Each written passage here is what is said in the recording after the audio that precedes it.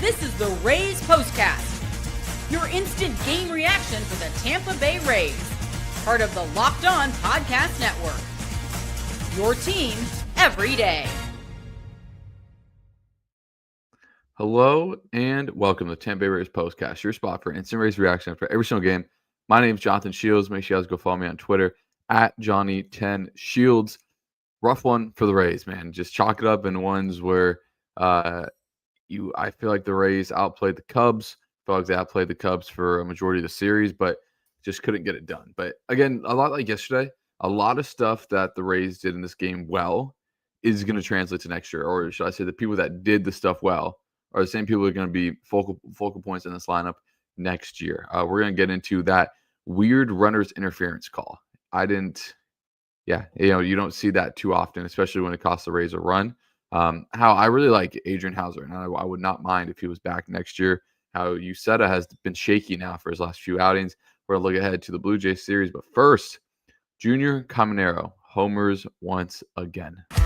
This is what you'll be talking about. And yes, Junior was the final out of the game. But what Junior is doing, I don't think we're going to really fully appreciate. 44 home runs in his age 21 season is unbelievable. Again, I just think people are used to this. I remember the offseason in the first month of the season, the discourse was, can Junior get to 20? Can he get to 25 home runs? That would be deemed a successful season. He has doubled that. He's doubled because he's in spring training, he said, 20, 25, 30, 44, just unreal. And, when I go back, I think he's only hit one to the short porch of Steinbrenner's in that 2-home run game against Baltimore. And outside of that, a lot of his home runs have been pretty legit as of late, man. He has just been so fun to watch. Obviously the Rays get off to that big lead. Yandy hits one about as far as I've seen Yandy hit one this year, man. I mean, that ball was absolutely crushed. And the Rays did really good work offensively against Shota, against a top-end pitcher that the Cubs have. And they really put pressure on him. Shota's stat line only ended up, he gave up 7 hits, but he struck out 9.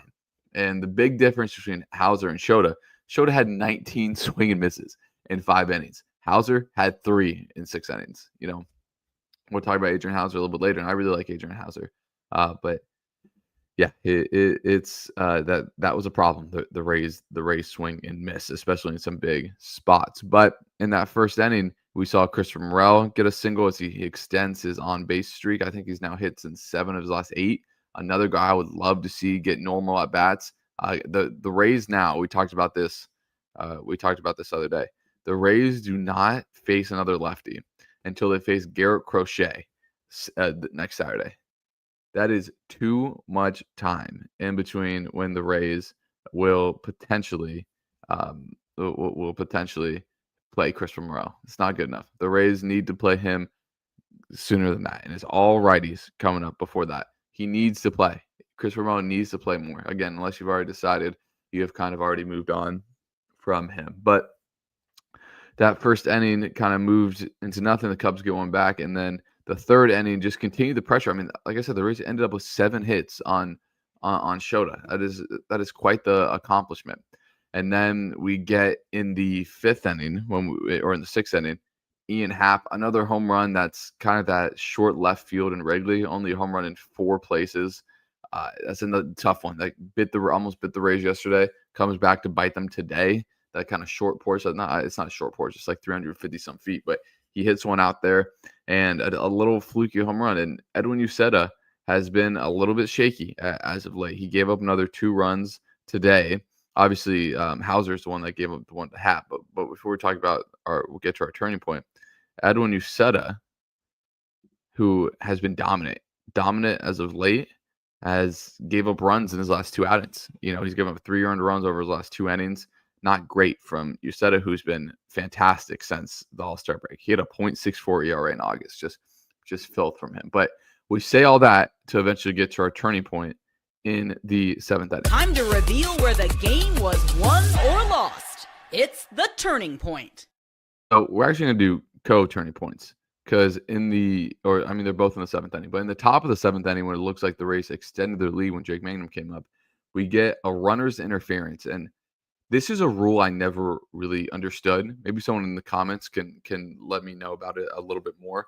But Brandon Lau was eventually called for runners interference, and it was scored a run. And a while later, they take the run off the board. They said no, runners interference. So kind of the description of the Rays season, like it is very rare that someone gets called for that. I remember the Rays got called for something. It was Junior getting at third base. This was way earlier in the year. And it was another thing like that. Like Junior got called for like blocking third base or something. And it was kind of similar to this. It's like, man, like of course this would come back to about the Rays because how often do you see runners interference wipe off a run? And this one, again, I don't understand the runners interference rule to like down to a science, but I wouldn't say that was a clear cut, runners interference, obviously. But, I'm not super educated on the rule, so I'm not going to speak on it and be like, oh, that's an awful call. Like, oh, that's terrible. But it definitely took the way out of the Sail Rays. And then you get that 2-run, you set it off, you go playing or not really nice. First, and then don't get it. The lefty comes in and Josh. I don't want to single out Josh Lowe, but watching Josh Lowe hit against a lefty is still not too enjoyable. And then the 9th, we see the Rays' newest addition come on as the Rays are kind of cycling through bullpen pitchers towards the end of this year. Garrett Acton, Acton, Acton. He was with Oakland in 2023. That was the only other time he's been in the majors. And with Oakland, he had a 12 ERA. In fact, in the last time he pitched, he gave up 3 runs way back then. But obviously the A's, previously known as Oakland. But he looked good today. So, again, the Rays just are kind of a machine for cycling out these pitchers. If I was a free agent pitcher and the Rays picked me up, I would be thrilled. And then the 9th, Yandy ends up getting a walk. And Junior, they pitched him inside twice. You knew the slider was coming. And Junior, when he took 97 down the middle on 2-0, that was one of the ones like, that was probably the pitch that Junior was going to get. And he couldn't get to it. So, now again, that we talked about that we transition where the playoff push to focus on next season, what did the Rays do in this game that I am encouraged about going into next year? We'll talk about that and the Rays series with the Blue Jays right after this. This episode is brought to you by FanDuel. NFL season's here. In fact, the 4 o'clock window games are starting. I don't know if you guys will watch a little bit of that Dallas Giants game. I had that on with the Rays. It was a great game. And FanDuel is making sure you're ready for kickoff with can't miss offer. Right now, new customers can bet just $5, and if your bet wins, you get $300 in bonus bets to use across the app. You guys know I love FanDuel. The Eagles Chiefs game is going on right now. You can do in-game parlays right now if you want to. You can go bet live on is Travis Kelce going to catch a drive on the? I don't know who has the ball right now. Obviously, I'm doing this, but if Travis Kelce is going to catch a ball on this next drive, you can do it all. So, are you ready to play? Download the FanDuel app now by visiting FanDuel.com to get started. That's FanDuel.com to place your first $5 bet. This episode is also brought to you by Prize Picks, the daily fantasy app where making the right call can actually pay off. You and I make decisions every day, but on Prize Picks, being right means cashing in. With football back, Prize Picks is the simplest and fastest way to get in on the action. Just pick more or less on 2 to 6 player projections, and you can turn your takes into real prizes all in less than 60 seconds.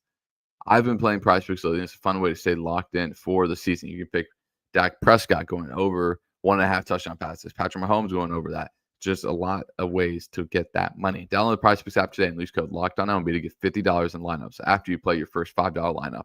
That's code LOCKEDONMLB for $50 in lineups after your first $5 play. Prize Picks. It is good to be right.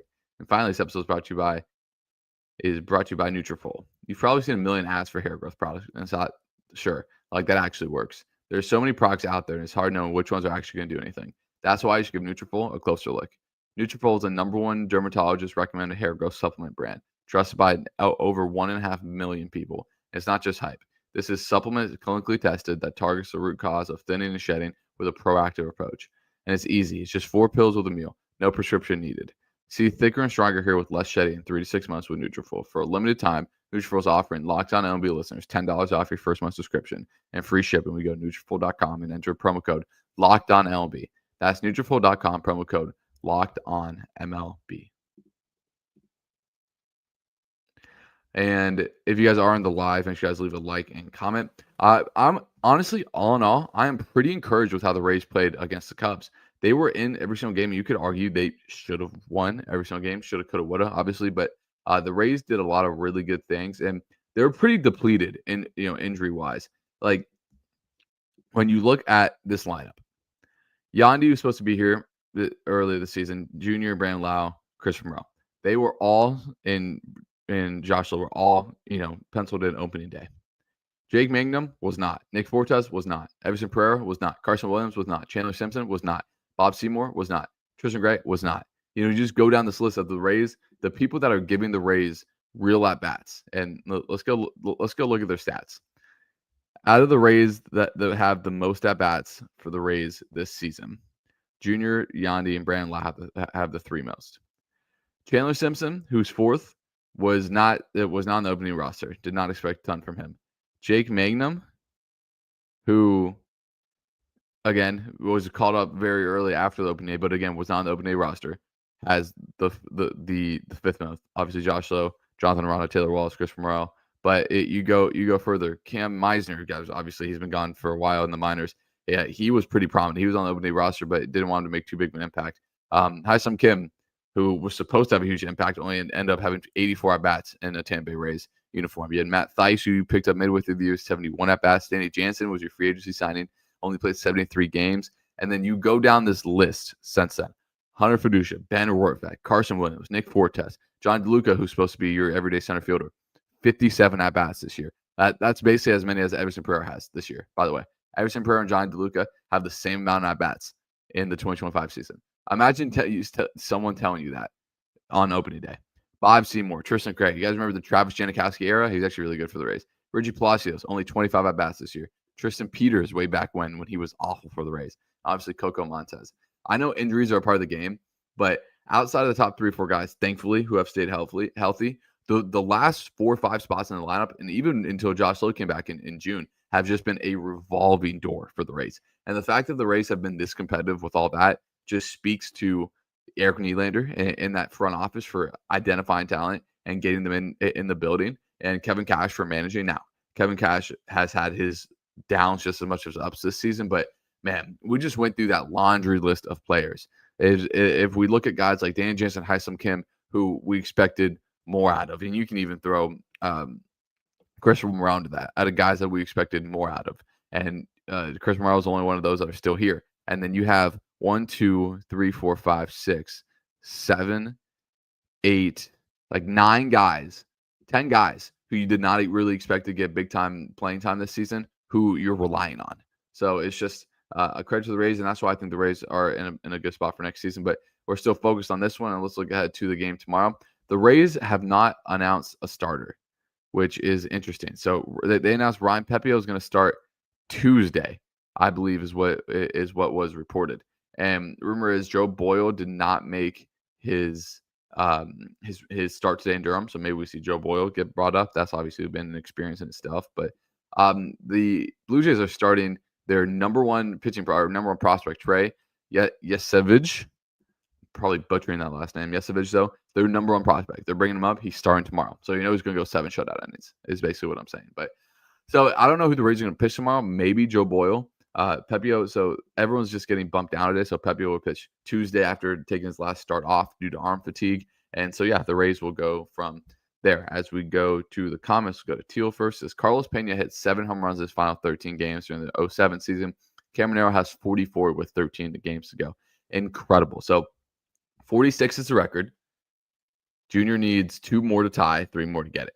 That's what everyone's looking for, man. He is right there. As we go to Mike H, says, you said it seems to go in cycles. I still think he is top notch when he is on. Yeah, there's no thinking. He is top notch when he's on. There's a reason why he's like top 3 in reliever strikeouts this year.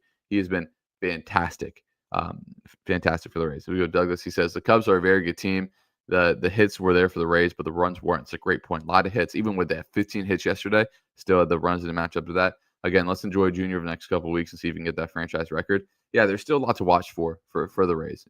Junior's the kind of the catalyst of that. And like I said, I mean, my expectation next year, I know this is a year before next year's playoffs. I expect the Rays to be firmly in the playoffs come this time next year. And if they're not, then that would be the most disappointed too. It's really too. Another one, yeah, Taj. I only talked about the hitters, but if you talk about the bullpen, and the starters for the most part has been really consistent. Has been I thought it has kept the Rays in it a lot of the season too. But yeah, obviously we expected Taj to have kind of a step up year, and he's been awful. He was awful for the Rays. As we go to Mike H, who says Josh Bell has not lived up to his potential this year. Hopefully back on track next year. And he's shown flashes, right? He's been 3-4 game stretches here, a week here, but then for the most part, he's been bad. Actually, I was looking at his stats the other day. Let me read you his month by month average for Josh Bell. Actually, also shout out Nick Fortes. He is now hitting like over 400 in September. He's had a great little run here. As we go to Josh Lowe, so obviously he played the one game on opening day, got hurt, and then was out until May. I said June. He was out till May. Hit 321 in May. He was really the catalyst for this huge winning streak the Rays went on in May. 321 in May, 239 in June, so not terrible. This is 92 at bats in June, so I mean not terrible. And then the slump came. 186 in July, and then 238 in August, and that was with an incredibly strong last. Let me count: 1, 2, 3, 4, 5. Incredibly strong last week, and that strong week turned into 2 weeks with in September. But now before this game, he was 0 for his last 11, so now